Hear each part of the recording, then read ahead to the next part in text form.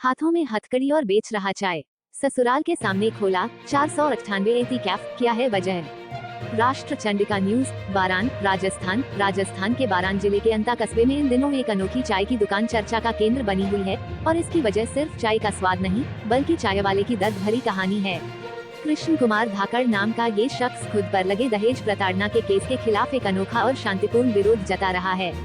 उन्होंने अपने ससुराल वालों के निवास क्षेत्र में ही 498 एटी कैफ नाम से एक चाय की दुकान खोली है, जहां वे हर दिन हाथों में हथकड़ी पहनकर ग्राहकों को चाय परोसते हैं। न्याय की लड़ाई, चाय के प्याले से। कृष्ण कुमार धाकड़ की इस चाय की दुकान के चारों ओर लगे बैनर और पोस्टर हर गुजरने वाले का ध्यान खींचते हैं। इन पर जब तक नहीं मिलेगा न्याय तब तक उबलती रहेगी चाय और आओ चाय पर करे चर्चा, 125 में कितना देना पड़ेगा खर्चा जैसे नारे लिखे हैं। ये नारे सीधे तौर पर भारतीय दंड संहिता IPC की धारा 498 दहेज प्रताड़ना और धारा 125 भरण पोषण का जिक्र करते हैं, जिनके तहत उन पर उनकी पत्नी द्वारा केस दर्ज कराया गया है। मधुमक्खी पालन से कोर्ट कचहरी तक का सफर। कृष्ण कुमार धाकड़ ने 2018 में मीनाक्षी माल से शादी की थी। शादी के बाद दोनों ने मिलकर मधुमक्खी पालन का व्यवसाय शुरू किया, जो काफी सफल रहा और जिसने कई स्थानीय महिलाओं को रोजगार भी दिया। उनके हनी ब्रांड को 2021 में मध्य प्रदेश के तत्कालीन मुख्यमंत्री शिवराज सिंह चौहान ने भी सराहा था।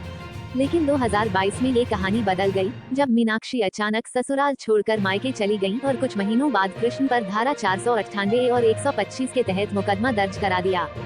कानूनी लड़ाई में सब कुछ खो दिया। कृष्ण कुमार धाकड़ का कहना है कि इन झूठे मुकदमों ने उनका जीवन बर्बाद कर दिया है। वे बताते हैं, पिछले 3 सालों से मैं कोर्ट के चक्कर लगा रहा हूँ। मेरा सब कुछ बर्बाद हो गया है।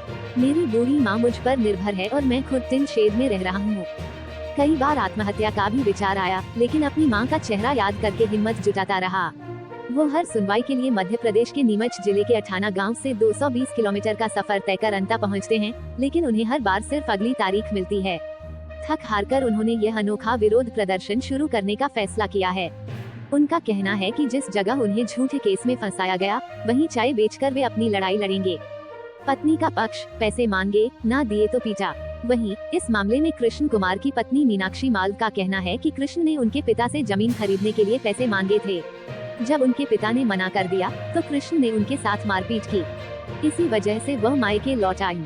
मीनाक्षी तलाक के लिए तैयार हैं, लेकिन उनकी शर्त है कि पहले कृष्ण उनके नाम पर लिए गए सभी कर्जों का भुगतान करें। कृष्ण कुमार धाकड़ की यह अनोखी पहल सोशल मीडिया पर तेजी से वायरल हो रही है। लोग इसे एक आम आदमी की शांतिपूर्ण कानूनी जंग का प्रतीक मान रहे हैं। जहां कुछ लोग इसे एक साहसिक कदम बता रहे हैं, वहीं ये घटना IPC की दहेज प्रताड़ना संबंधी धाराओं के संभावित दुरुपयोग पर एक बार फिर बहस छेड़ रही है।